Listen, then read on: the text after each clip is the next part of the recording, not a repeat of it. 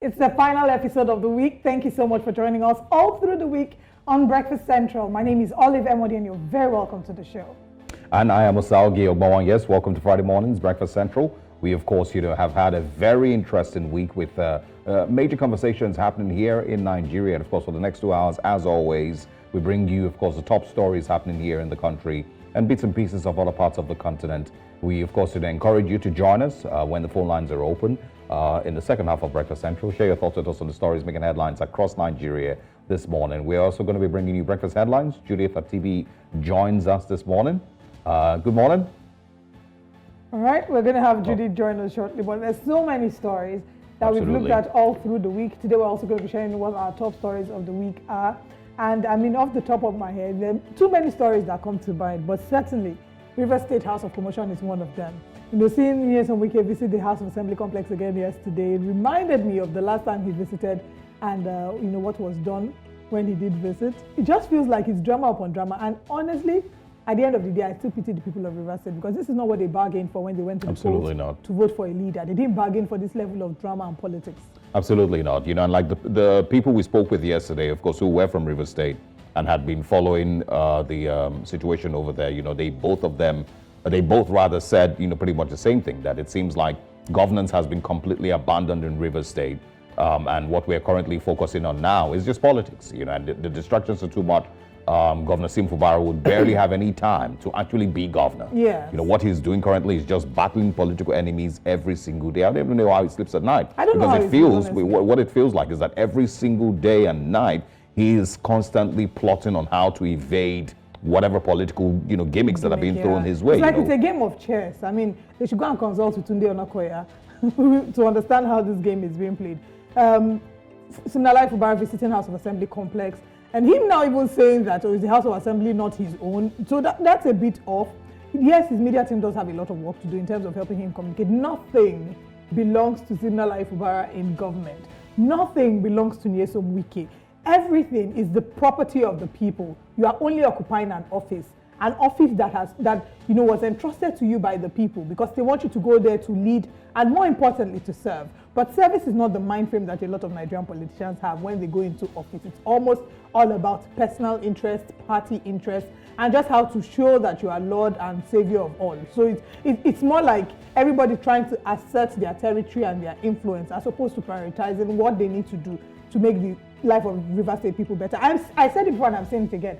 People of River State, in the past 1 year, when you've had Siminalayi Fubara as your governor, and I understand the massive support he's gaining from a lot of followers saying, he's putting an end to godfatherism, he's standing up against Nyesom Wike. The question is, what progress have you encountered in River State in the past 1 year? How would you say that the lives of the people in River State have been better? How would you say that the economy in River State has improved? These are the core questions to ask. This will then reflect towards how much politicking has been happening and how less, governance has been prioritized in River State. But it's not.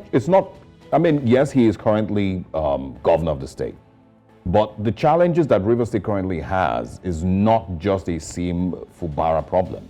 It is a politics problem. It's the involvement of factors that are currently not even in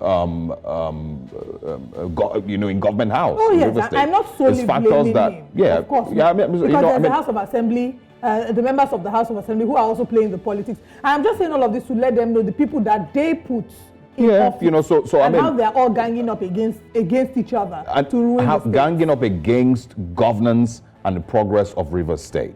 So it is the governor, the House of Assembly members, those who were made commissioners, the person who is in Abuja, who is said to be influencing these issues. So it's a whole group of things that have come together that is currently making sure that there's no actual governance in the state. And I think one of the guests we had yesterday said it, that one of the things that Nyesom Wike is alleged to have mentioned is that he may not win the battle, but he would constantly be a thorn in the skin of the governor, and almost never let him focus. And like I said just now, it feels like Sim Fubara goes to sleep every night constantly plotting on how to evade the next political moves that are going to be made. It's chaotic. And I feel bad for the people of River State because they may never really get to see governance. in the state. They may never get to see progress in the state because the governor sends bills, they are rejected by the House. He needs to get a new speaker currently. We don't know if there's 3 people in the House of Assembly or it's a full House of Assembly representing the whole of Rivers State. Those who, of course, had defected to another party, nobody knows what the courts are eventually going to decide on, whether they still remain elected members of the Rivers State House of Assembly. So these are the different angles to all that is playing out. But most importantly, there is zero actual governance and progress for Rivers State, for healthcare, for education, for infrastructure, security. All of it seems to be on the back burner while the governor tries to keep himself afloat. And you know what is even scary? What's scary is that it seems that this is setting a precedent, not just this incident, because we saw a lot of this fighting and politicking when Nyesom Wike got into power. He also did this to his quote-unquote godfather. He had to sort of establish himself there and break free from the reins of godfatherism. It feels like this might then become a cycle that perpetuates itself with every administration, such that instead of the new governor to focus on governance and actually ensuring that they lead the state to better living conditions, they will then start thinking of how to fight the person who put them in there. And it's not just in Rivers State, it's happened everywhere else. Rivers is just the worst that we've seen in recent times. Yes. And it's also because the Nigerian people have seemingly made it almost normal that we have people who see themselves as emperors when they become governors. Exactly. And they don't get into government house and realize that they're working for the people. They see themselves as kingmakers, as emperors, as godfathers, and everybody has to bow to them. And that is seemingly the personality of Nyesom Wike, and that's what might be playing out here. Also, because we've seen governance that has been such a mess that people always feel the need to put or to replace themselves when they leave office with people who will be loyal to them to cover their tracks, and of course protect their political interests in the state. So it's all of these things that are playing out on different levels, but Rivers State is the worst. Also updates on the Hadi Sirika story, which we'll be sharing later. He of course has been granted bail with his daughter and son-in-law, 100 million naira bail each for the 3 defendants. And of course, these are, that's a development to the story. There's people who have criticized the bail that they've been granted, but we'll see where it leads in the next couple of days or weeks, and if this case will eventually, see the light of day again. And welcome to Breakfast Headlines on News Central TV. I am Judith TB. We'll begin in Nigeria's Niger Delta, where Governor Siminalayi Fubara on Thursday stormed the Rivers State House of Assembly quarters amid the political crisis rocking the state. There was tight security around the area as the Rivers State governor visited the quarters where the Martin Amawula-led legislators meet. Now, the governor said he was at the place as the governor of the state as he took a 3-minute walk around the premises before leaving.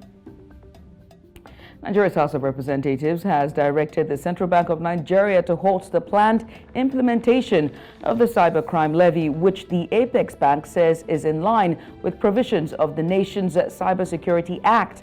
These followed the adoption of a motion of urgent national importance raised by the House Minority Leader and 359 other lawmakers, saying that the Apex Bank's order to financial institutions and payment service providers creates an excuse for misinterpretation of the directive.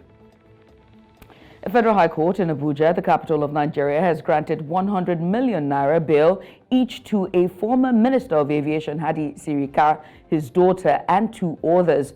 They are being tried over an alleged fraud to the tune of 2.7 billion naira. According to the courts, they are also to provide 2 shorties who must have landed properties in Abuja.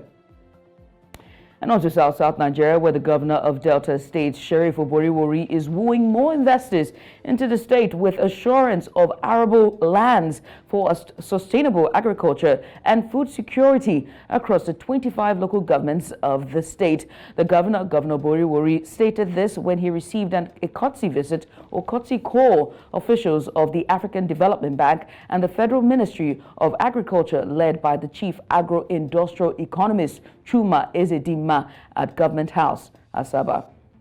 The Nigerian Senate, in the meantime, has approved the sum of 549.6 billion naira for the Nigerian Communications Commission for the 2024 fiscal year. This approval came following consideration of the report of the Senate Committee on Communications during plenary on Thursday.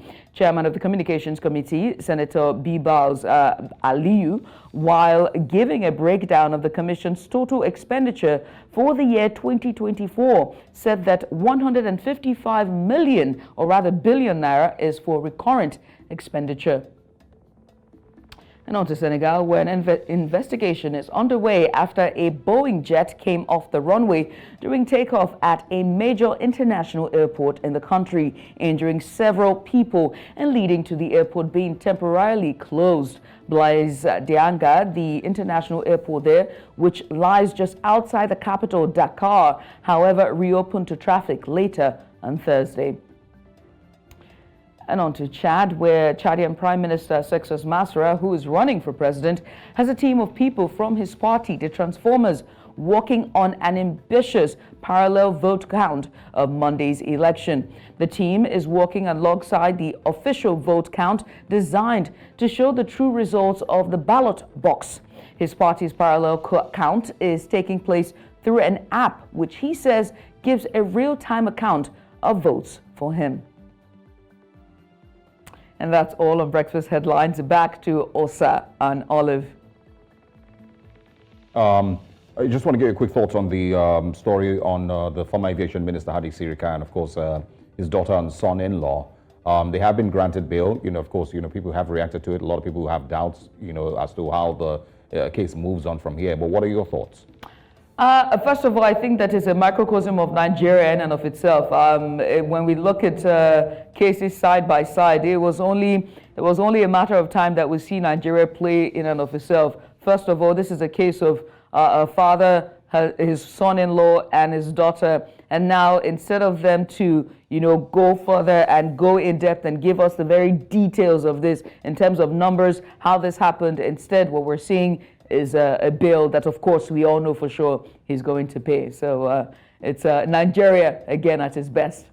Well, I actually see it differently. I don't necessarily see what's wrong in him being granted bail, right? Yeah. His offense is a bailable offense. So my issue is not with the granting of the bail, it's the duration for the adjudication of this matter that will then make Nigerians raise eyebrows. So you grant him bail, when is the next date adjourned to? By the time, when is this case officially, kick-starting? When are we officially going into bringing in defense, bringing in witnesses? Is that ever going to happen? I think these are the questions that a number of Nigerians are wondering about, because we've seen this happen many times where you grant the person bail, and that's usually the end of the matter. But I'm sure that we'll talk about this in detail when we look into our top story. Thank you so much, Judith. See you at 9 Most welcome. All right, we're going to break. When we come back, we'll be looking into more stories this morning on Breakfast Central.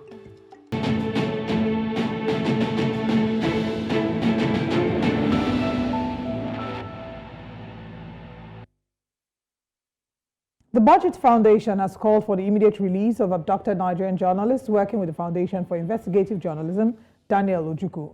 Ojukwu was reportedly arrested and taken into custody by the Intelligence Response Team of the Inspector General of Police in Lagos and allegedly moved to Abuja over cybercrime-related charges. News Central's Emmanuel Bagudu reports.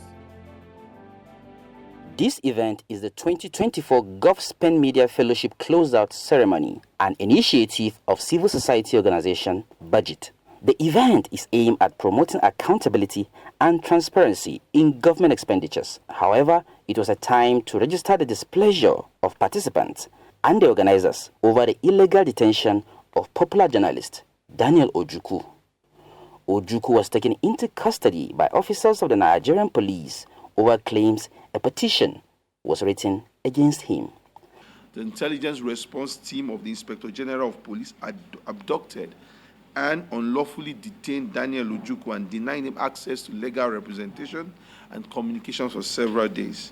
Such actions are unacceptable and violates the fundamental human rights enshrined in Article 19 of the Universal Declaration of Human Rights and several sections of the 1999 Constitution of the Federal Republic of Nigeria as amended. After expressing their worries, the organizers returned to the learning session, with accountability journalism the core of the session.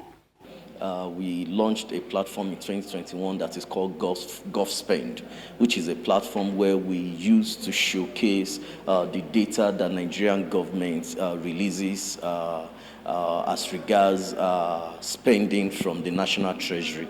And we realize that that data is huge, that data is big. It shows us exactly what government is spending on, how much of that is being released, who is the contractor that is getting it. And we feel that it is not just okay for us to release such a data to the public, that we should also empower journalists, media fellows that can use that data to tell stories. The fellowship helped us to understand how this platform is used, and then we utilized it to investigate different projects going around in the country. Personally, I investigated the issue of the Ministry of Women Affairs, which awarded contracts illegally and in different ways that are not constitutional to different companies that are not even eligible to handle the contracts. And then these contracts, only from the investigation, I found out that only about 3 of the companies the projects.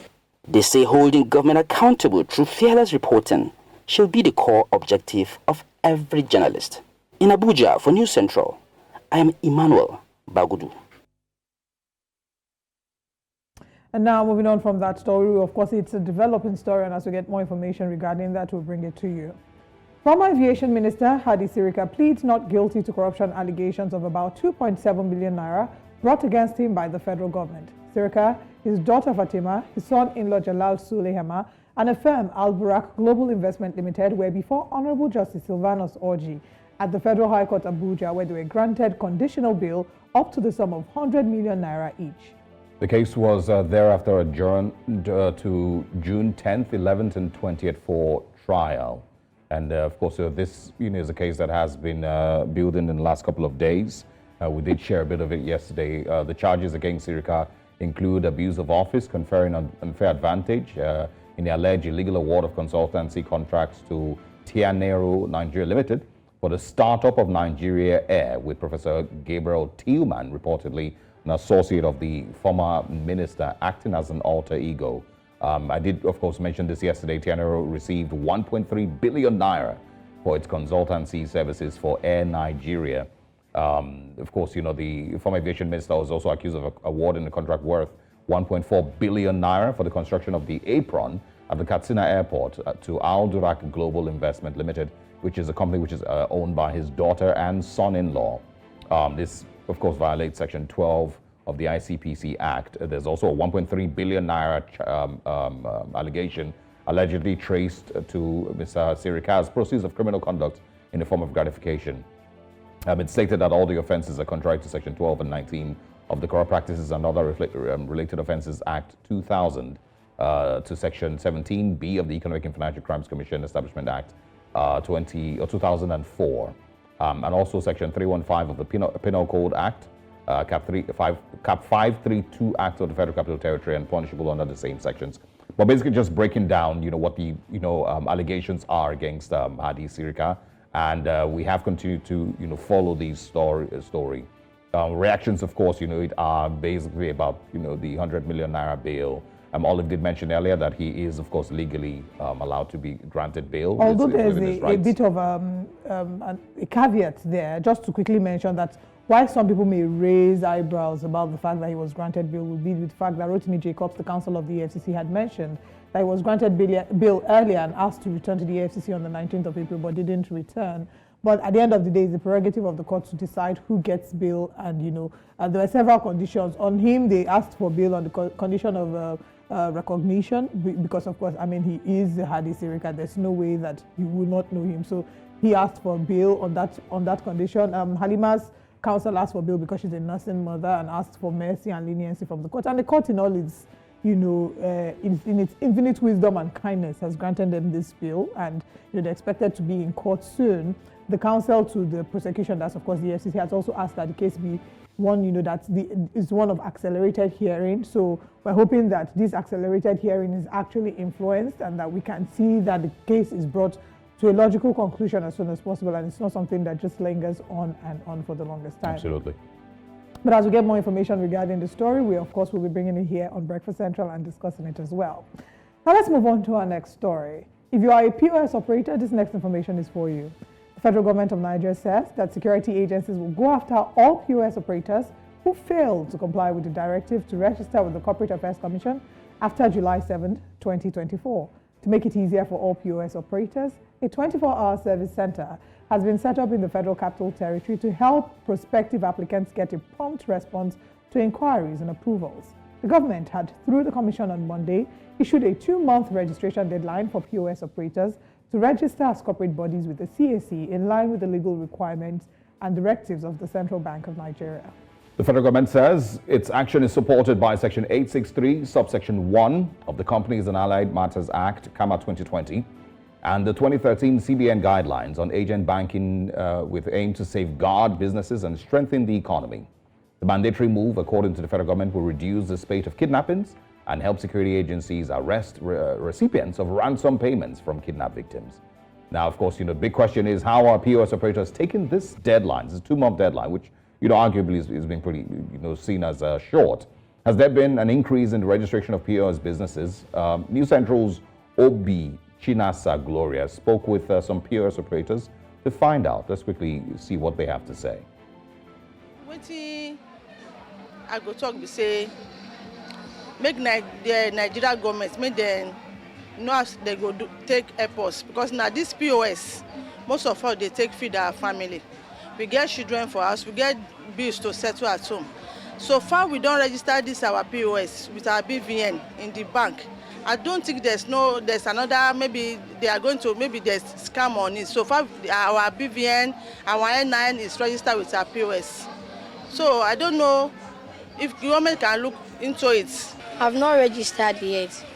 My opinion about the CAC is that I've linked my N9, I've linked my BVN. But they are not supposed to let us to register for another CAC, because with BVN and N9 they can trace any transaction on it. Because me registering for CAC is another money. The money to do the business is a small money. So for me to bring out another 25,000, 30,000 is a huge money. So with BVN and NIN, you can trace the transaction on the POS. It's very good, to my own opinion. But talking about the payments is what I'm concerned about, Why should we pay again? Because this Nigeria now, we all know how things are going. You understand what I'm saying? So I'm just like, after the payments, why should we pay again? They should just try and consider us. The government should try and put us in their shoes. We are all struggling to make, and we pray to God that we should all make it. Joining us to discuss this is Mr. Patrick Atwania, publisher, Money Central Media. Good morning, Mr. Atwania. Thank you very much for joining us. I believe that you saw the video. Good morning. I believe you've seen the video of a number of POS operators reacting to this, and I want you to react to their reaction.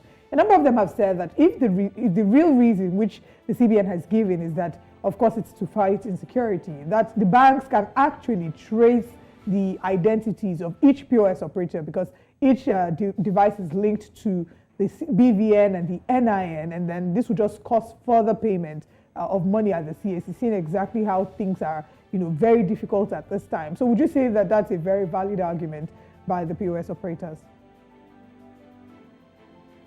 Yeah, the argument put forward by the government is not really realistic, right? So you have this situation where you have multiple points of documentation for anything you're doing in Nigeria. You have your driving license, then you have your national ID, then you have your international, you have your NIN, then you have your BVN. The POS operators are the kind of the last mile to help with financial inclusion in the country. And if you notice something from your video, a lot of the operators are ladies, right? They're women. And, though a lot of them are also like breadwinners or helping out with a huge chunk of the household in terms of making money for their households. So I think the government should, backtrack on this. we have so many points of documentation, from Levy and NIN, that you can actually track anybody you want to in the country. And if you look at it, a lot of Nigerians, when they go to their banks, there's usually anymore. So the POS is really what a lot of Nigerians used to, from their banks, and they are also providing a very good service. Yeah, I mean, I get the argument. Yeah, I'll let you go on. I just wanted to mention, I get the argument, with regards, why this, might be extra stress. But I want you to speak on why we have these POS operators in the first place. Is it because, the banking institutions generally have failed to be able to provide that service, which of course they should provide, because it doesn't make any sense that there's ATMs supposedly spread across the country that are, don't have cash, but the POS operator who's just down the road has cash. So, would you blame the banking system generally, or is this simply just, something that was, inevitable? Okay, the idea, if you remember, if you go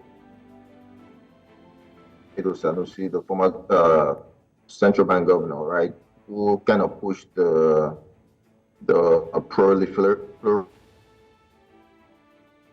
in the country. The idea was really to complement the banking system, right, to be a increase financial inclusion and just help people that are to be able to access banking services. Have kind of outsourced their own to the POS operators, right? Because most banks outside of business districts of all the major cities in the country, yeah, right? So somewhere like to... Lagos, outside of VI and maybe Ikoyi and yeah, we seem to be struggling with the places. connection, so your sound is breaking. I'm not sure if it's something that we can fix with the connection from you, but okay. I mean, if could we just quickly wrap up your thoughts? Yeah. Okay, so I was saying that outside of the CBDs of the major cities, you don't really see that ATMs with cash, and the POS guys are the ones providing the services. So I think it's a problem because the banks, or rather, I would think I would kind of blame the banks more because they've kind of abdicated their responsibility in terms of making sure their ATMs are funded. But going back to the main issue, I think the government should tread a little bit carefully with this because this is really what a lot of Nigerians depend on. And when you go to the rural areas where there are really no banks, there are many rural areas in Nigeria where you won't find any bank branch. The POS agents are the only ones that are providing the service.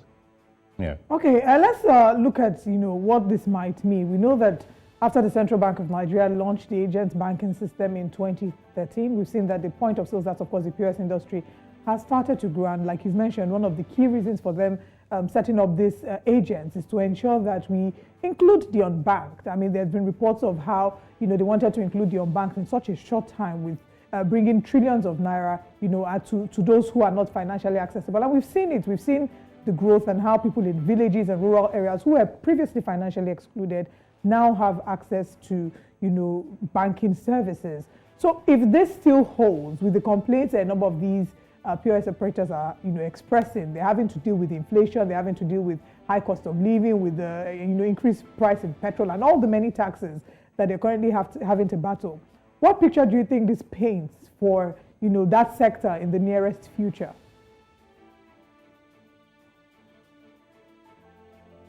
Well, I think the sector don't need more regulation. I think they've done quite well for themselves, and apart from when you had the cashless policy period when the charges were, were so astronomical, I think Nigerians are generally happy with the POS operators. They provide them cash on demand, which is what Nigerians want, right? To be able to facilitate transactions in the economy. So government should, make the sector more, make it more attractive for the POS operators, so that they can reduce charges, right? Charges on transaction, and also for the Nigerians that are patronizing them. Layer on more harder cost of doing business for them.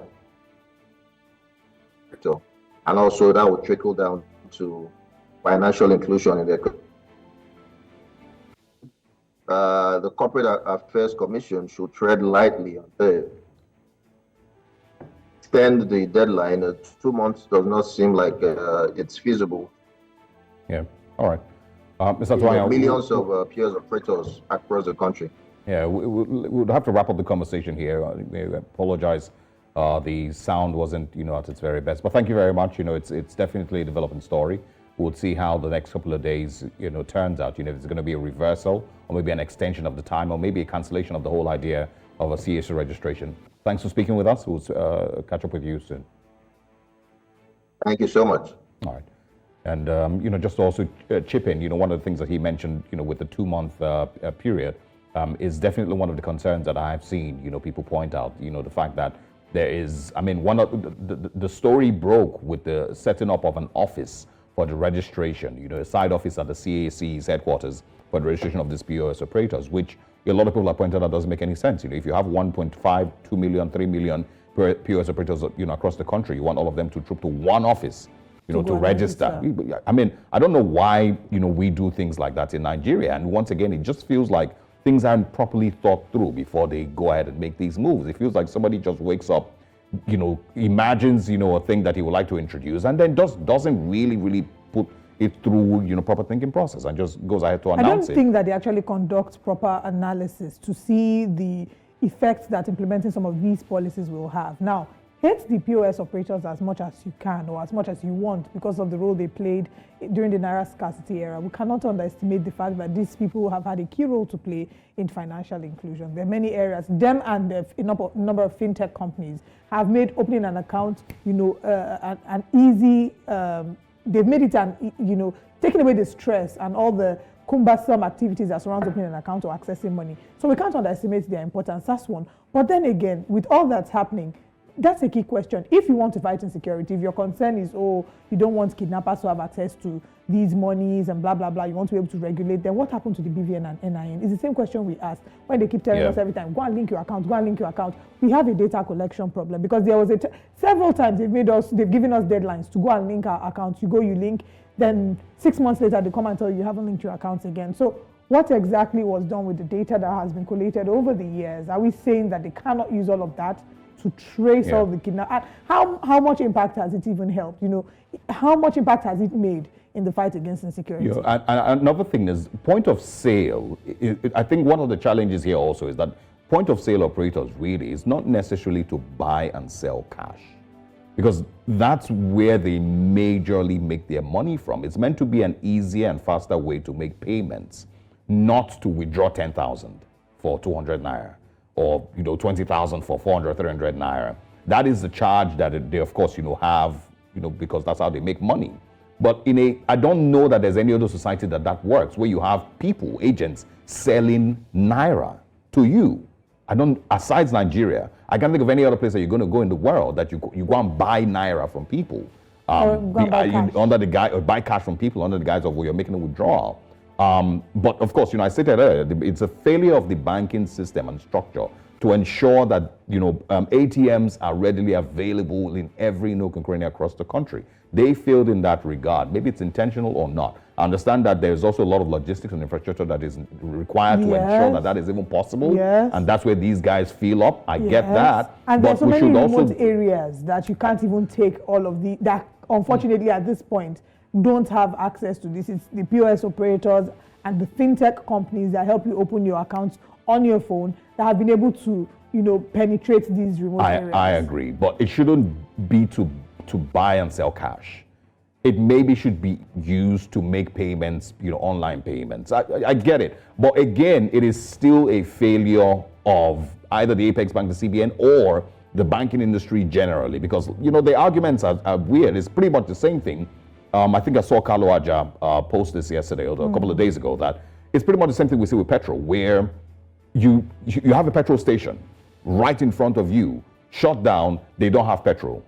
But right next to that petrol station, you see people with 50, black market selling. So the petrol station doesn't have, or is not selling, but there's black market selling there with an increased rate. Same thing with the banks and the ATMs not having cash, but POS operators have cash right next to them. But the way that I see that, this is a long conversation to have, but we'll talk about this some more. Let's move away from this conversation to talk about something else. But we'll take a very quick break. When we come back, we'll have more conversations this morning. Welcome once again. The Speaker of the pro-Wike faction of the Rivers State House of Assembly, Honorable Martin Amaewhule, on Thursday raised the alarm that Governor Siminalayi Fubara was plotting to demolish the official quarters of the lawmakers. Now, Fabura, who visited the quarters of the State Assembly, has clarified that he visited the quarters to assess the condition of the structures for potential rehabilitation, aiming to restore their livability. Fubara's visit to the Assembly residential quarters comes a day after factional Speaker of the Assembly, Victor Okojumbo, emerged. Former Rivers State Commissioner for Information, Ogbonnawuke, joins us shortly to have this conversation. And we'll be looking into the details of the story. Now, it's important to remember that the House of Assembly complex, of course, has been a subject of conversation, especially right after the demolition that was said to be done because the integrity of the complex could not be guaranteed. This was, of course, also right after a bombing had occurred. There's a lot of politicking that, has surrounded that demolition, while some people say that the governor has to explain for what he did regarding taxpayers' money. The defense to that would be that the response was from experts, that experts guaranteed that the property was no longer fit for habitation, and as a result of the fire and the bombing, it needed to be brought down. But these are conversations that are ongoing. Of course, Rivers State has become that place that is now some form of a jungle, with politics and politicking taking front row and governance going to the backstage. A new speaker has emerged with Fubara Siminalayi has, of course, said some things that have triggered people, one of which is referring to this as his property.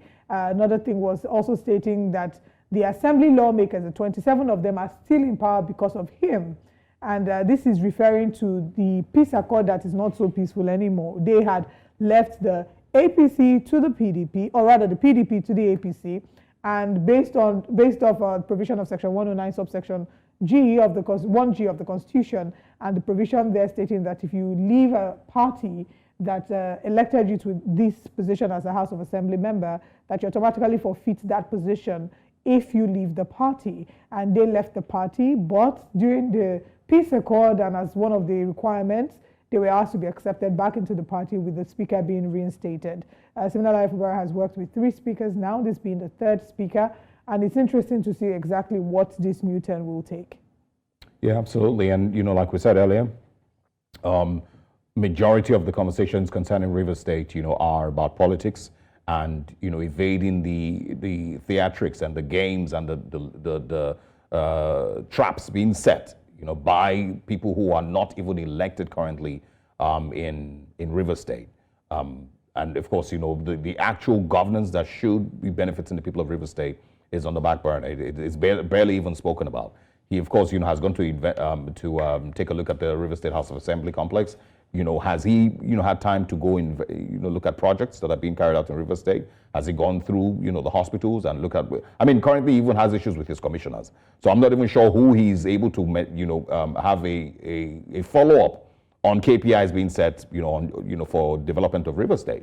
If the people that he put into office is, constantly fighting with them or are constantly fighting him, then who does he, have these conversations with on how we're improving healthcare in Rivers State, how we're improving human development index in Rivers State, how we're improving, security in Rivers State, how we're improving investment opportunities in Rivers State, how we're attracting investment into Rivers State, so it's chaotic, and I do not like the fact that we've normalized it, as Nigerians. We simply have these conversations as, part of, Fuji House of Commotion, type of conversations like, oh, look at what's going on here. Oh, ha, ha, ha, ha, we move on. But, this is not normal in any way, shape or form, that we can have a situation like this where people constantly are antagonizing and trying, of course, to frustrate the efforts of a democratically elected governor of a state. And of course, that includes the ways that he has also been high-handed as governor in ways that, may be impeachable or not, but it's simply just frustrating that we have normalized these things. And we can simply just have conversations and say, oh, there's somebody who used to be governor that seems to be fighting the person who's currently governor. And everybody just sees this as normal. Right. It should be absolutely condemned by the president. But unfortunately, instead of completely condemning it and putting people in check and reminding them of their responsibilities, what we instead had was the president involving himself in an 8-point agenda, peace agenda. Yes, whilst also they can argue that there's really nothing much to Siminalayi Fubara visiting the House of Assembly complex. They're saying that he took a stroll around it. He didn't say anything to anyone or make any statements, and that he just took a stroll. And after that, he moved to another project to inspect it because it's time for them to give the assembly complex a facelift. While Martins Amewule is also raising alarm as to the fact that this is happening because they are potentially trying to maybe demolish it again. They don't exactly know what is happening. Another question would be, is that really the biggest problem of Rivers State right now, the House of Assembly complex? Are there other pressing issues that need to be sorted out? Because this is obviously, it looks obviously like politics. It's all politics. The governor has the right to move to any part of the state that he wants to. He can inspect anywhere. But, anybody who's crying wolf or crying foul, is obviously trying to play into, people's emotions, and sensitivities, concerning the House of Assembly complex. He is allowed to, if he decides that, okay, it is actually due for demolition and for repairs, it's within his rights. If he it's just not his property. It's not his property, obviously, yeah, but of course, if the state... Let's clarify that to him. It's not his property. It doesn't mean, him deciding that, it's due for renovation doesn't mean that it is his property. It does not mean it is his property. If, there is an analysis on the building that says, okay, this place needs to be renovated, he can as well approve for the funding of renovation. Interpreting it as, oh, he's doing it as property is wrong. He's governor of the state. If there's any road in the state that they say, oh, this road, is dilapidated, the fixing of the Third Mainland Bridge, does that make it the governor's property? No, it's not. Does it make it the federal government's property? Yeah. So if he decides, if, there is analysis from ministry that says, okay, the building, definitely needs renovation, they can go ahead and do it. Who's saying, interpreting it as he's doing it as property is basically playing into the same politics that we're talking about, which should be avoided. There's nothing wrong. There's nothing illegal. As long as it goes through the legal process and there's actually factual evidence that this place requires renovation, you could go ahead and do it. Okay. And of course, there has to be proper arrangements made for where the house will be sitting in that period. There's nothing wrong with any of that. Yeah, and then going back to the other demolition that happened, I guess that's something that's also going to just go down like that, and there would never really be an honest explanation as to what exactly happened, why that building was demolished. We had yesterday to the president, to the governor, I beg your pardon, Governor of Rivers State on electronic media, join us on the show, and his explanation was that, there was nothing untoward about the demolition. It was based off, and which is sort of the same explanation that has been given all the while, that because of the bomb blast that had happened in that building, the integrity of the building had been compromised, and they were advised to bring down parts of it. And I remember also asking that, was that building, bringing it down, why was it done as hurriedly as it was? Because eyewitness reports, did say that the building was brought down with a lot of the facilities still inside. Not like, okay, we remove a number of these things and then demolish because we were advised to. Why was it brought down in such a hurry? Which could also still be politics that is being played. Yes. Right? And that's why I mentioned earlier that, the governor himself, if there are moments where he has also been high-handed, if there's also moments when he has acted like a dictator in the state, these are also things that should be questioned. But the reason that we're seeing these things happen on both sides, from the governor to the FCT minister to the commissioners to the House of Assembly members, is simply because of political interests. It's not because of the the interests of the people of Rivers State. So you can apportion blame to everybody and say, you as House of Assembly member, what prompted your need to leave the PDP, in the group and join the APC? they will explain whatever. Or the PDP was in crisis, they didn't think, whatever. But I mean, that's left for the court to then decide. Okay, are you still assembly members? Exactly. What is interpretation of exactly? Section 109? For those who are commissioners, why are you resigning? And you claim that you didn't like the way that the governor is handling issues in the state. All of these things, for the FCT minister of getting involved in the issues in Rivers State, we're even talking about pro-Wike yes, factions. Yes, we have pro-Wike and pro-Fabura. You can imagine. And this is a person who's no longer governor of the state, who, as it stands, almost has no business with the state, aside just being an ex-governor. But we're talking about a pro-Wike faction. And that's how we have, even as media, normalized these conversations. Because, I mean, what is a pro-Wike faction? What's his business with the state? He's no longer governor. So what we're saying is just like what we see in political parties or in, labor unions, where there is one faction and another faction, which shouldn't be so. Once your term as governor has ended, it should be regarded as completely ended. And it's interesting because even this seeming pro-Wike faction they should understand that Governor Wike had his time in office. I don't know how you'll be able to concentrate on the FCT and concentrate on Rivers State at the same time. I mean, face all the drama that you have to deal with in the FCT and just leave Rivers State alone, Yeah. Anyway. And I mean, it's almost, almost like hearing of, for Senator Adams Oshomole now of also getting himself involved in who becomes governor of Edo State and all of that. Anyway. It's a complete mess. It is a complete mess. We have the former Rivers State Commissioner for Information, Ubunna Nwuke, joining us this morning. Good morning, Mr. Nwuke. Thank you very much for joining us. Good morning. All right. Talk to us about your analysis of all the drama that's going on in Rivers State with Governor Siminalayi Fubara. Oh, well, I think that, frankly, we, as Rivers people, find ourselves at a point in history that has left us amazed. But the fact is, allies who stood together prior to an election are now disagreeing. And of course, the ripple effects have been felt by the Rivers people. Of course, it's no longer news that in the last, say, 9 months, there have been crises in Rivers State. Regardless of the involvement of Mr. President in brokering peace, the peace seems to have evaporated. Yeah, Mr. Nwuke, when you say the pieces, what exactly would you say are the factors that, are majorly to blame for the lack of peace in Rivers State? There's those who blame the governor and say that he's being tribalistic or he's being, high-handed. Then there's those who blame the FCT minister and, of course, his continuous involvement in the affairs of Rivers State. Those who say, describe the pro-Wike factions in the National Assembly or commissioners. So what would you say is majorly to blame for Rivers State being in this turmoil for this long, even after the peace agreement? I think, quite frankly, the Rivers people at this point in time are seeking stability. They want a unity of purpose. They want government that works for everyone. And above all, the Rivers people don't want a puppet governor. And perhaps that's the underlying reason for what you see as a crisis. All right.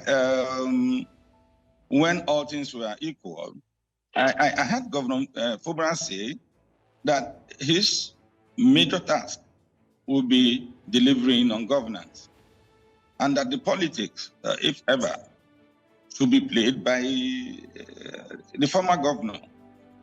But what you see here is that certain red lines have been crossed. You had a situation where a governor, a sitting governor, was literally deprived of the right to appoint commissioners. And the commissioners who were appointed were former commissioners who sat under the last administration. And at that time, popular public opinion in Rivers State was fiercely opposed to such a decision. But somehow, in respect of his relationship with his former boss, the new governor went ahead and played along.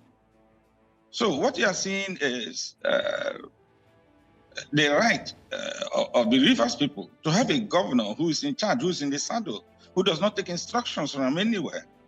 And the fact that of course, it would be wrong to say technically that because you have the governor arrive on the scene, that everything the governor does must have your clearance. It doesn't work like that. People from the gates of government house onto the inside of government house, there were people, lookouts, reporting 247, to the minister in Abuja, and making it impossible even for the governor, receive visitors who could add value to what he's doing.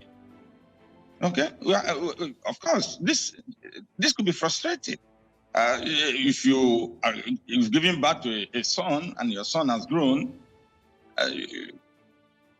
reason dictates that you listen to his point of view from time to time. Okay, so you don't have a situation where, for instance, you are supposed to have a chief of staff, and somebody has your chief of staff appointed for you, and you know the roles that chiefs of staff play in administration of governors and even the president. So there were too many interferences coming from a supposed godfather. Let's say that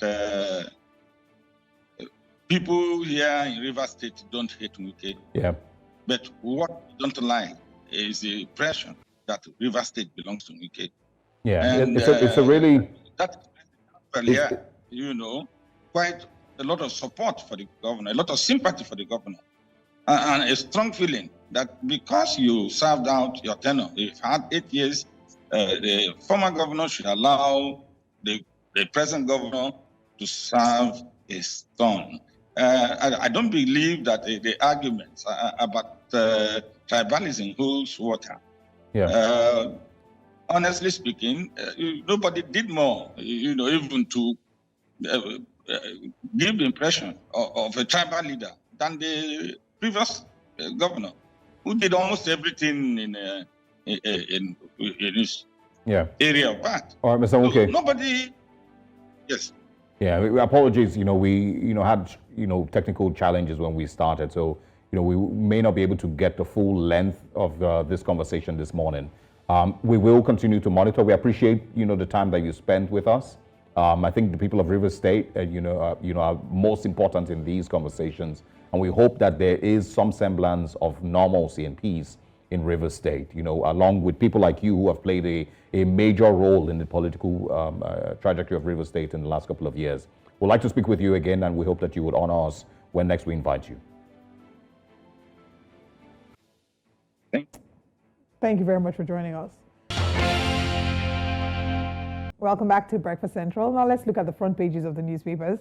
This morning we're joined to review these stories by public affairs analyst and fellow of the Chartered Public Administrators, Rasak Olokoba. Good morning and thank you very much for joining us. Good morning, Father. All right, now let's get into the papers this morning. We're starting off with the Daily Independent newspaper. On the front page of the Daily Independent, we see here, Senate okays death penalty for drug traffickers and others. And there we go again. Why I paid surprise visit to Rivers Assembly Quarters by Fabura. SEC rolls out new rules on issuance allotment of private company securities. Telecom sector contribution to GDP hits 13.5%, raked in 33 trillion in 2023. We also have Senate reps disagree on new 0.5% cybersecurity levy. Alleged abuse of office, EFCC tenders documents against ex-CBN Governor Emefiele. Tinubu appoints Minister of State for Petroleum Resources EPO as co-chair NCDMB. IGP charges police legal officers to protect citizens' rights due processes. Reps probe controversial Lagos-Calabar Coastal Highway project. Wants relevant documents sent to the National Assembly. And final story, alleged 2.7 billion naira fraud. Ex-Aviation Minister Sirika, daughter, son-in-law arraigned, and they get 300 million naira bail. Let's move away from the Daily Independent to our next paper. All right, the next paper is This Nigeria newspapers this morning. It says the federal government recaptures fleeing inmates at Suleja Custodial Center. Minister assures of strengthening infrastructure, enhanced security protocols at all correctional facilities.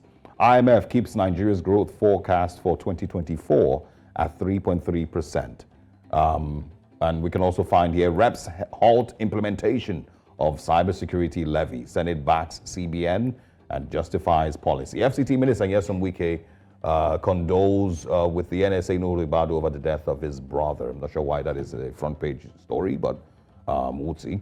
Enige versus Oba of Benin, chiefs and others besiege court in solidarity with the monarch. Is a growing story there, and I'm hoping that it doesn't go beyond what we're currently witnessing. It's pretty embarrassing. Senate okays death penalty for hard drug producers and traffickers. These are the big stories on this Nigeria newspaper. Do we have one more before we... Yes, we do. Let's move over to the Punch newspaper. On the front page of the Punch, the big story there is Coastal Highway probe, reps to summon Edu Umahi, AGF, Works Ministry Defense Project, House panel gets 4 weeks to complete probe. Senate okays death penalty for drug traffickers. Q1 foreign debt servicing gulped $1 billion, according to CBN. Bisman, Lagos police bicker over 70,000 Naira extortion allegation. Much sorrow as on the 17th hero Babangida is buried. Our thoughts and our prayers are with his family. Rivers crisis, Fubara lawmakers lock horns again. At the top of the paper, we have government under pressure to stop cybersecurity levy. 2.7 billion Naira fraud. Court imposes travel ban on Sirika daughter. Abduction. Citizens slam IGP for detaining journalists beyond 48 hours. And these are the stories that we're looking at this morning on Breakfast Central. We're going to look at some of the conversations. I believe that just to quickly mention that if you'd like to be a part of any of the stories, you want to react to any of the stories that we've talked about so far, the numbers to call will be on your TV screen. So please do well to call the numbers on your TV screen. Let's get into the conversation proper and see. I think let's start on a bit, I don't know if it's a lighter note, but the death sentence, death penalty for drug traffickers. Do you think that this is a high time that this came, or do you think that it's something that is a risk that the Senate has okayed? There's no risk in it. And it's high time we appear serious about moral issues in this country. What we just need to do is to investigate why many Nigerian youth are seeing it as a business and a career and profession. We have to investigate that. And there's no investigation other than the fact that the economy. So the depression in the economy gives automatic moral depression. There's no country that will suffer an economic depression that will not suffer a corresponding moral depression. So in pushing that, we must also push for a quick recovery of our economy. There was a lady in an institution. She was the best in the department and the faculty for that year. The next year, she contested for the most beautiful girl on campus, and she won. And she was asked, why did you abandon career for beauty? She said, last time when I won, I was given 5,000 Naira by my department, and I was given 5,000 Naira by my faculty. But this year, I got 1 million Naira for the most beautiful girl. So when you tell a young girl not to use her beauty as to see it as a tool for making money, it's difficult for young people to listen to you when you don't pay way for it, you don't compensate hard work. So what I'm saying in essence is that we must do something to create our economy so that we will not be guilty of to reduce the number of people who have interest. Yes. So it's high time. Many countries in the world have embraced it. But I think there's also many countries in the world who are abolishing the death penalty. So this also doesn't. I don't know that it looks great for Nigeria to still be talking about death penalty for crimes. Even countries in Africa. I think a couple of years ago I did a story on that. Countries in Africa that are abolishing the death penalty, more of them are moving away from capital punishment. Let me quickly say that the mechanism to straighten your moral issue in your country, you must get it to a point where people don't commit crimes of what I will eat, where I will live, and basic things of life. You must sort it out first so that there will be no reason for you to steal in the first instance.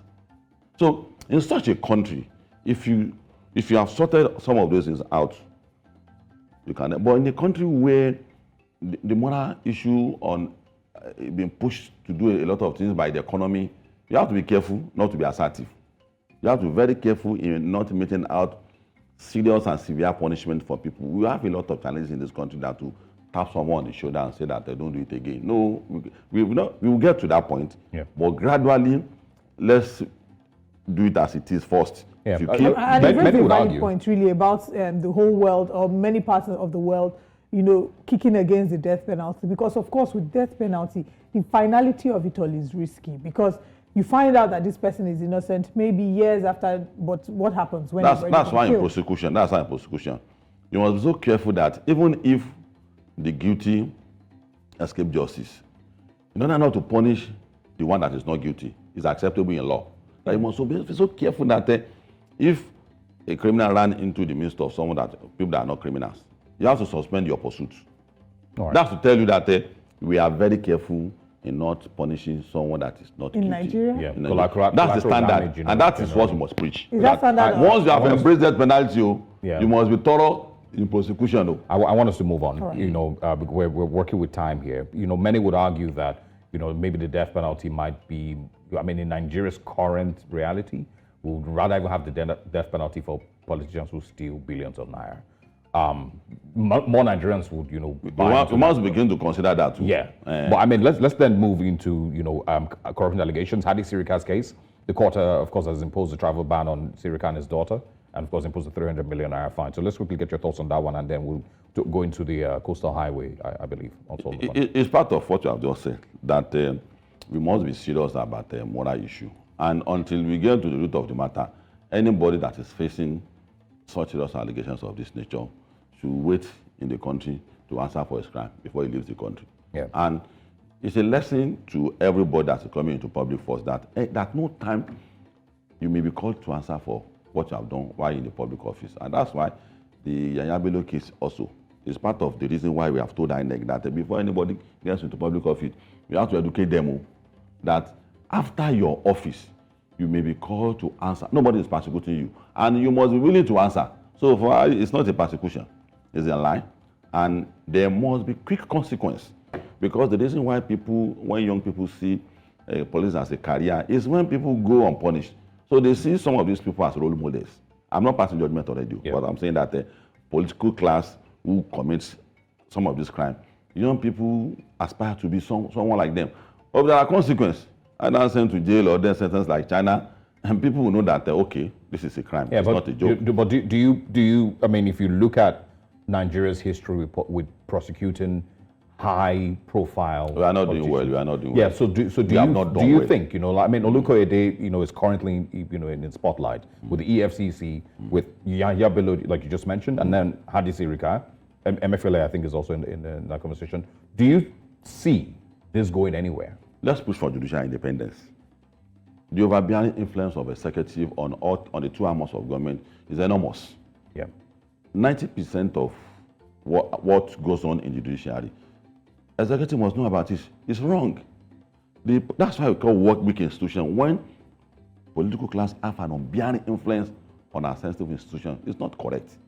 The judiciary is not independent in Nigeria. Very true. The strongest institution in America, in Asia, and all the working institutions or countries in the world is because they have a valid and working judiciary.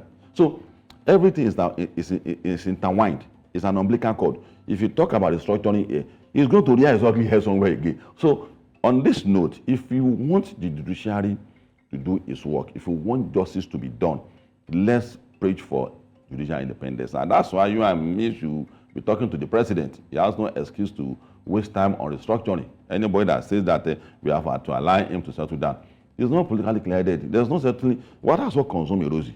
That's what consume go on. That's what keep consuming our president. If he's not careful, he may this thing, the construction will consume him too. The country is not going anywhere with this structure, and we see examples of why the country may not move forward, which is also the case of not punishing people who commit heinous crime on time. So the influence of executive is responsible or largely responsible for why cases like that stay for long. They tarry for long. They bring up very porous laws to ensure that even if they commit any crime, they may still escape punishment. Make it porous. So let judiciary have total and complete control of their own arm of government. All right, let's hear from Stephen calling from Lagos. Good morning, Stephen. Thank you for calling. Please go ahead. Good morning, Nigeria. Yes, thank you. I want to talk about the Sirika probe and all the ECSC they are trying to play to Nigerians. You see how our government is playing with the average Nigerian, the common Nigerian. they said a death penalty for those drug trafficking. Look at how the Senate easily passed a bill that it should be a death penalty for such people who do drugs. What is the trial for those who embezzle government money? Somebody stole much money, pranked Nigeria, brought a aircraft which is fake. Everything is on record. They went to court, they granted bail for him, but they cannot say, okay, it's a death penalty for such offense. Public fund that can be used to do things for Nigerians. It is embarrassing to see this kind of things happening because I feel that the judiciary are not living up to their expectations. They are being corrupt. Such an allegation that is being clear is clearly, everybody saw the pictures of a fake aircraft that was brought, and such person cannot be given death penalty. And you are telling us that somebody who do drugs that can change. It's not that this is something that he cannot be changed. Drugs is not something is every day. It's not a public something. It's a personal business. Okay, they don't want drugs coming in. Okay, temporary justice with this person, granting bail with social amount. But somebody who embezzles federal fund, that kind of amount, and you just say bail and you want to go and investigate tomorrow, nobody will hear about it. It's great for me. Thank you. Stephen, thanks a lot. He's still, of course, is still accused. He would have his day in court. Drug trafficking also affects millions and millions of lives. Yes. So there's no weighing and say which one is the worst offense. It affects millions of lives and ruins a lot of lives. But let's go to the Daily Independent. I think we're working a lot with time this morning. One of the stories on the Daily Independent this morning was on the asides the death penalty. I think there's a story. The cybersecurity levy. I want you to speak on that one. There's been arguments for and against, but mostly against. What do you think this is? And I did mention yesterday that it seems like the current administration has one mindset of thinking with regards to governance, and that is IGR. How can we raise more money? What new taxes can we, bring? So do you think that's what this is? Or is it just a completely illegal move being made by the government? When you have an accountant as a president, you will see more of these things. And any working entity is a taxing entity. But you must not tax people into penury. All right. Hold on. You can't tax people into penury. All right. So I don't agree with the cyber security. I don't agree with it. Tony, go ahead. Hello, good morning. Tony, go ahead quickly. Okay. I think, to me, Nigerian Senate and Rep, they are disappointing us. In a sense, if you are following up what they are doing there, it's just like people children entering into classroom and joking them. There is important things that is worrying Nigeria. They are not even touching about it. And sometimes when some certain important issue comes up, you see how they are treating it, and it's just like people that are joking there. Look at the huge amount that are spending for them. I'm not against it. But if you know that your country is spending money for you, work for your country, for them to benefit from you. Death sentence for drug trafficking. How about those that are crippled Nigeria, those that have stole all our money and then some store it in soccer way, some store money where they cannot be able to use it. You are not saying something about it because most of them are involved in it. Most politicians. All right, Tony, thank you so much for calling and sharing your thoughts with us. You've also, back to you, you've talked... We are not supposed to be creating problem for every solution.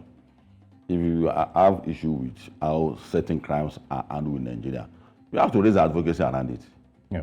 We are too lenient with corrupt officers, particularly public officers in Nigeria. I agree with him, but that does not mean that we must treat the case of drug issue with levity. Yeah. The image of the country got better 5, 6, 7 years ago. It was getting worse again. And the chicken is coming home to roost now. Randomly gather 10 Nigerian youth in any state of Nigeria, randomly. Out of 10, at least you will see half of them have traces of either having something to do with drugs or is into drugs. All right. I want us to quickly take a story. I mean, thank you that you've explained. We have less, a very short time. The drama going on in Rivers State. Governor Oborevwori going to visit the assembly quarters and, talking, of course, the Alam Martins, the speaker, I don't know if to call him the former speaker, raised regarding his visit. Do you have any thoughts about that? There should be a regional mechanism to sort out problems in the Niger Delta. I don't like the policy of Niger Delta and the way it's going. They allow external factors to dip hand into their affairs. And it's not good for Niger Delta. Look at the killings in Okwoma. It's about oil. You can't be risking the life of our people and mismanaging the affair of sensitive matters. In this case, why are you blaming? Are you blaming Nyesom Wike as the external? Yeah, I'm saying that the region itself must work out a regional mechanism. They not as a way of sorting out certain issues like that, where state have some challenges like that. In the Southwest, we have the platform to do that. There seems not to be nothing of such in Rivers. And that's why successive governments will always have problems with the current government. Odili had issue with Amechi. Amechi had issue with Wike. Wike had issue with Dubai. That's not a template. That's not something that should continue in Rivers. Rivers is one of the most viable states in Nigeria that Nigeria should use as a backbone when anything happens, like Lagos, Kano. So why are they all into crisis all the time? So Niger Delta, the job people, the Kore people, all the stakeholders must do something about it. It's not good for Nigerian politics. Wike, like I said, that he should not dissipate energy in politics. He has about 7 million people to take care of. He needs to face governance. The way he's going to warm himself into the heart of the Rivers people is to face governance. The solution is not keep looking at how he's going to decimate Wike or decimate people who are not with him. He's doing well. If you go to Rivers now, if you see what he's doing at the moment, you'll be impressed. So he should not be distracted. He's distracted to ensure that by the time he's coming back for the second time, he will have nothing to show for it. And he's falling for it.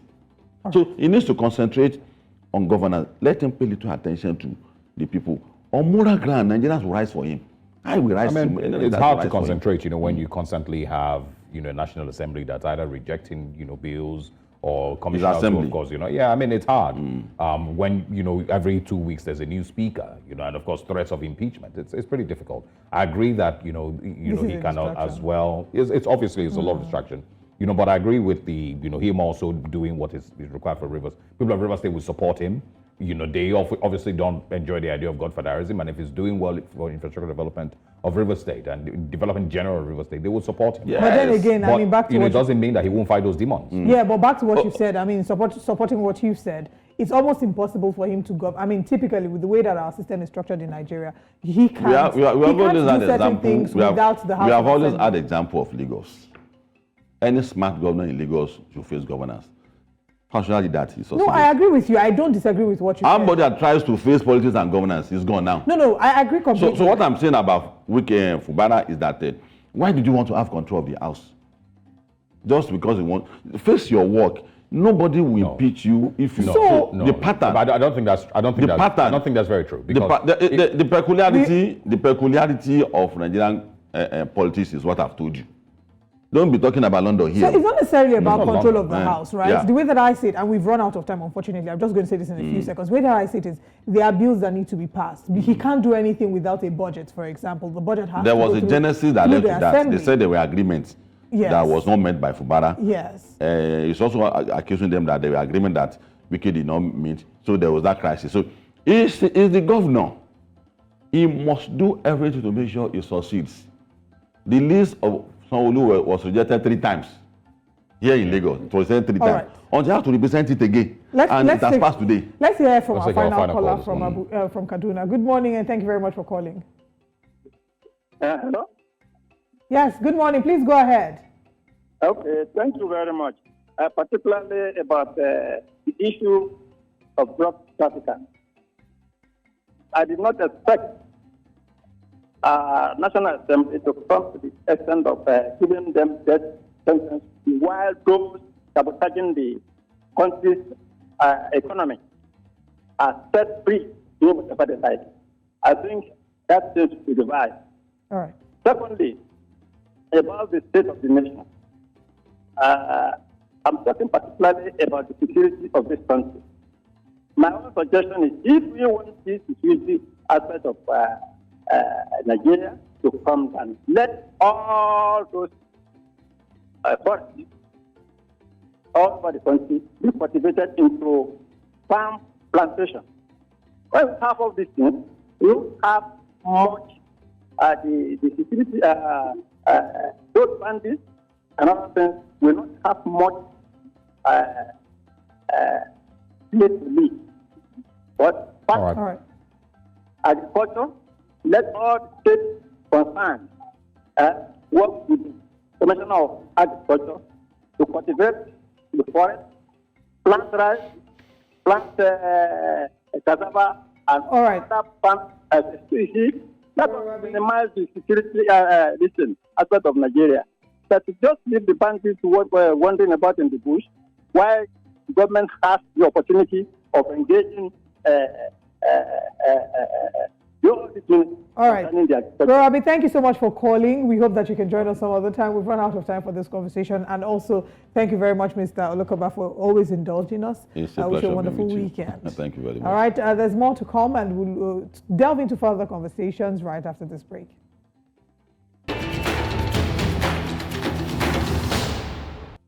Now, there is this growing narrative about the previous administration of former President Muhammadu Buhari.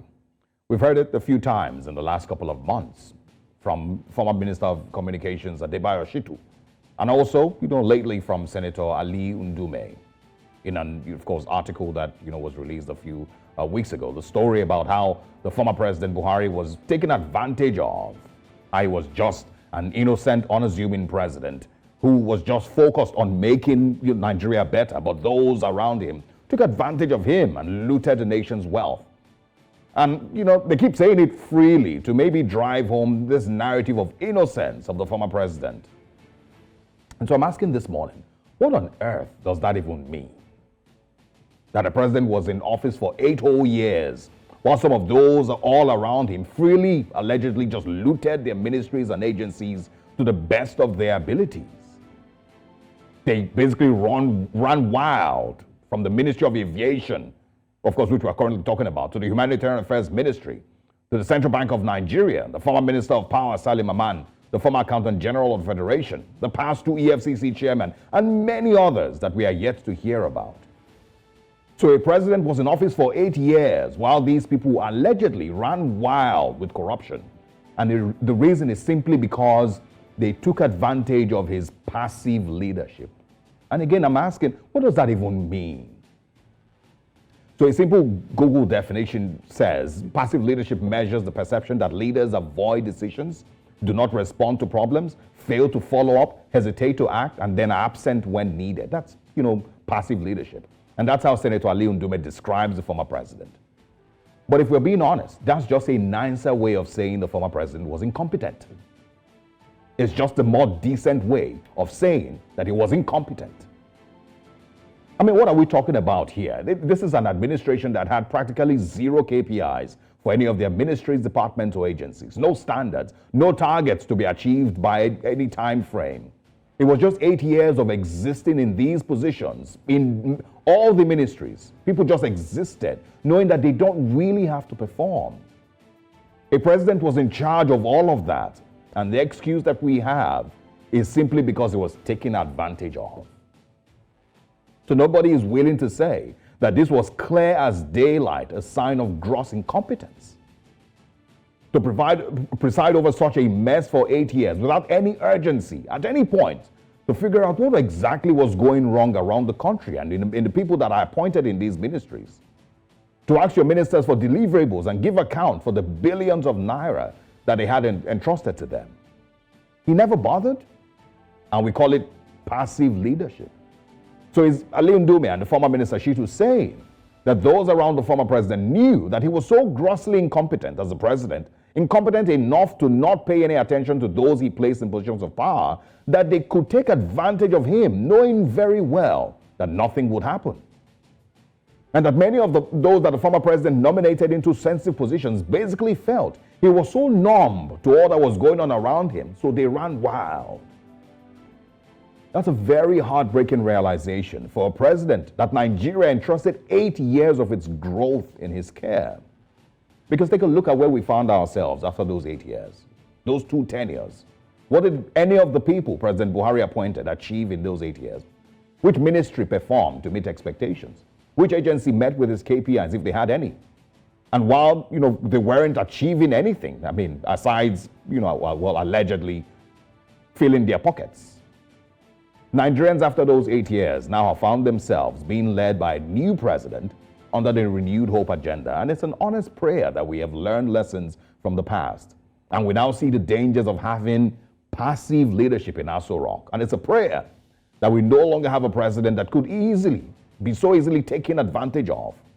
A prayer that President Bola Tinubu keeps a keen eye on those he has given different appointments and is watchful enough so ministers don't award phantom projects to their children and in-laws. Because as it currently stands, Nigerians of today cannot afford passive attitude to leadership, aka incompetence. Nigeria can't afford leadership that just exists to occupy that seat for 8 years. Good morning, Nigerians.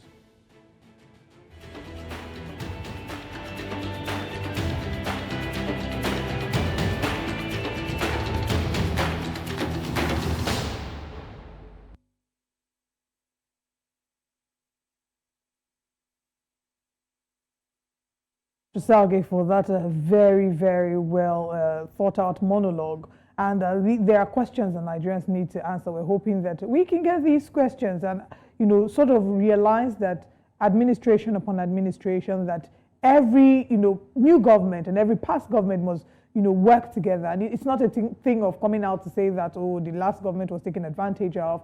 We need to see that where there are situations that maybe indict the past governor or the past presidents, that they'll be invited to answer questions. But we'll move on from that to share what our top story of the week is as we come to the end of the show this morning. There's so much that we've discussed all week, but I think that my top story of the week definitely has to be the drama that's going on in Rivers State. Similarly, Fabura, the governor of Rivers State, hasn't had the chance at actually being the governor because it would seem that forces that are against him are more than the force. I don't know if they are more, but they have in some way hijacked or are attempting to hijack his government. 2 days ago, he, of course, appointed a new speaker, Honorable Okojumbo, who is now the alleged Speaker of the House, with Martin Zayewule crying foul because Siminalayi Fubara visited the Assembly complex yesterday, even though the governor has come out to say that the reason he visited the complex is to analyze what's going on there. Some have criticized the statement he's made because he said, what's wrong if I visit the Assembly complex? Is it not part of my, do I not own it, or is it not part of my property? Something, not those exact words, but he has been criticized based off, some of the things that he said in terms of how he described the Assembly complex. But yes, it's an ongoing fight, and whether or not Siminalayi Fubara will emerge as the winner of this fight is what Nigerians do not know yet. But yes, this is definitely my top story of the week. I'm going to quote what he said. He said, "Is the Assembly quarters not part of my property? Is there anything wrong in going to check how things are going on there? You are aware of the developments. We have a new speaker, and I went there to see for myself how things are. There might be a few things I want to do there for the good of our people. The people of Rivers deserve leaders who are there to do the work and not to play politics." But then again, can the governor actually be governor? Can he be allowed to be governor of the state without all the politicking that is going on in Rivers State? He can't actually make change. He can't, start projects or work on certain projects without the budgets being approved, without the House of Assembly approving them. But if the politics continues, then governance might be a far reality for the people of Rivers State. That is my top story of the week. What's yours?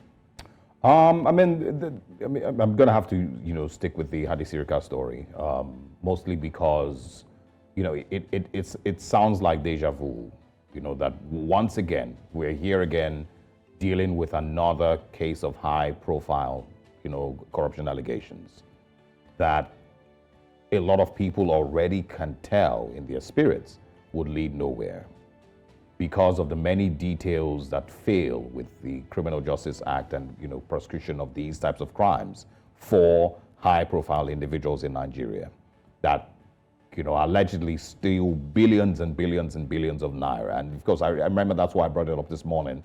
The comparison between those who traffic drugs, that might be getting the death penalty, and of course those who hurt Nigeria and hurt the country deeply by stealing or mismanaging billions of naira of Nigeria's commonwealth. Billions of naira that is gotten from sales of oil, billions of naira that might also be gotten from loans, foreign loans that we take. in order to fix certain levels of infrastructure in the country. And so when you steal that money, I'm sure a lot of Nigerians will argue, for the death penalty for those things. But that's a different conversation. We might have that next week. But from what it seems, it almost just looks like, the same way it always plays out. That you have a high-profile individual accused of theft, has his day in court. Yeah, I mean, if he's even lucky, or if Nigerians have lucky itself to have his day in court, a lot of them don't even make it to court. Right. They have that court session, he is granted bail or she is granted bail, and that's almost the last that we hear of it. A couple of days in the future, maybe, he might show up in court again, and then for some reason or the other, there's either a plea bargain or, the case just doesn't, I mean, you can't just, place a proper trajectory as to where in any case for a high-profile individual has gone in the last 10 years. Let's give Olukoyede's administration. And I mentioned that earlier, that we have a new EFCC chairman, So but again, it's not just the EFCC. Razak Olokoba mentioned something, that it's not just, it's the pressure that the executive places on the other arms of government is also a problem on the legislative and on the judiciary. The executive is so overbearing on these arms of government that you can almost not get the right thing done without the authorization of the executive. Right. And so we'll see how this one turns out. Yahya Bello's case, of course, is still there. Everyone is fingers crossed and seeing, if he will have. Today is 10th of May. We have 10 more days to see the update. If you show up in court, exactly. Yes. So so these are some of the things that, and it would be hard to imagine that these persons, that the EFCC can go through these different stages of such high-profile media trials without actually having proper investigation carried out to show that this person is very likely guilty. And so it's difficult to then imagine that a person is accused of stealing 80 billion naira by the Economic and Financial Crimes Commission because they have investigated, they have traced, fund transfers and whatnot. And then at the end, you just don't see, a case being made in court that, finds them guilty. So is it the EFCC that once again, has failed in prosecuting this case, or is it the judicial system? So we'll find out. Yeah. And Hadi Sirika's case is just another litmus test to tell us where we are. I have one more top story of the week. I know we're supposed to choose one, but please permit me to add one more top story of the week. So my top story of the week would be the demolition that happened at Mendevilla Estate, and this is because there are, of course, innocent Nigerians who have had to pay the price for this. There's been different narrations of the incidents, whilst the government, the Commissioner for Environment and Water Resources, Tokunbo Wahab, saying that they've been served notices since 2021. They served notice in 2021 and served another in 2023. The residents of Mendevilla Estate say that they weren't served notices of demolition. So it's been several sides of the story. We had Isabella Adediji join us, and the one thing she said is, yes, you're well within your rights to demolish if you have to demolish. If you say that that's what you need to do to prevent flooding in Lagos, we also want the improvement of Lagos, and we do not want flooding in Lagos. But the key question she asked is, where is the empathy?